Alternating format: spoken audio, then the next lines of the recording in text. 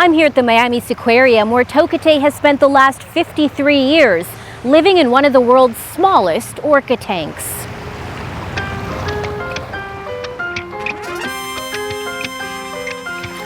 When you've lived in Miami your entire life, you know there is an orca there named Lolita. For more than half a century, families like the Grimaldis flock to the Miami Aquarium.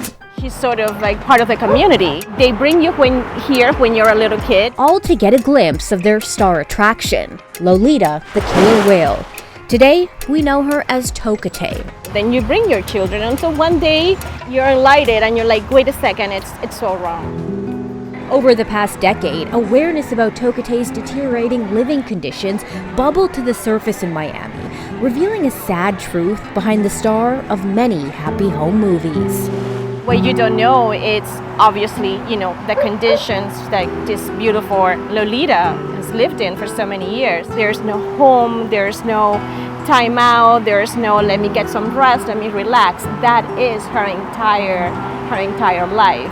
She can't even stay away or hide from the scorching sun in South Florida. In 2015, Sylvia Grimaldi connected with animal rights activist Alejandro Ariel Dintino while protesting outside this aquarium. Yeah, I feel so sad because when you see how she lives, the tank is 3 times her body size, she can swim deep, she can do anything.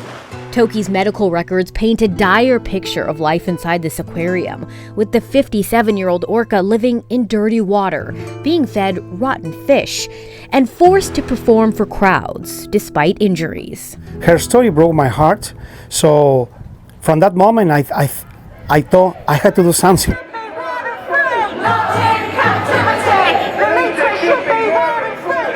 While the protests went on for several years, it wasn't until 2018 that momentum behind the fight to free Toki got a huge boost, thanks to the Lummi Nation. I started supporting them, and I can't believe just 4 years later, we are close to achieve this goal. We are very, very close. We changed the history, it's unbelievable. Thank you so much for joining us. On March 30th, 2023, Tokitae's new corporate owners, the Dolphin Company, made history by signing a pledge agreeing to the orca's return to Washington water. More than just moving Lolita to a place where she will be better, she will become a symbol for us and the future generations. Now, are there no risks at all? Of course there are some risks. There are risks today for any one of us wherever we are. But is this an opportunity to bring her home? Yes, it is. The plan to return Tokitae to Washington was developed under the guidance of Charles Vinnick with the group Friends of Toki. First, Tokitae would be coaxed into a custom-made stretcher and lifted out of her aquarium with a crane into a small container filled with ice water. From there, onto a cargo plane for a 6-hour flight to the Bellingham airport. Next, Toki will be loaded onto a barge to transport her to ancestral waters in the Salish Sea. There, she'll be put into an underwater sea pen at a private location. She'll receive round-the-clock medical care and feedings. She's expected to live in that sea pen for the rest of her life. She is active, she is responsive, she's just full of life. And she has demonstrated a will to live that, frankly, almost no other whale has ever demonstrated. 56, 57 years old, ups and downs. Vinnick's team is already working to secure approval for Toki's release from the several required federal agencies. If approved, those helping fund the move say she could be home by the end of 2023, but only if she remains in good health. All of this kind of life force all gathered together to bring her home. And it's a tremendous opportunity that we have to work as expeditiously as possible to bring it to fruition. So we'll just go like right around here.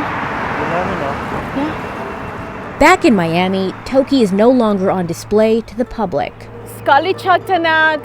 But a wall and some fencing won't keep out. We're here to tell you how much you mean to us and how much you mean to the world. Messages of love. You're so beautiful, girl, and your day is coming. For the journey ahead. The entire world is praying for you, Tokitae. She's a native sister. She's a Salish Sea daughter. She represents everything native and everything pure. There's no what if or what if something happens along the way. She is going home, period. Well, the cost of Toki's transport, as well as the construction of her sea pen, will be covered by Indiana Colts owner Jim Irsay, and some estimate that cost could be upwards of $20 million. In Miami, PJ Randawa, King 5 News.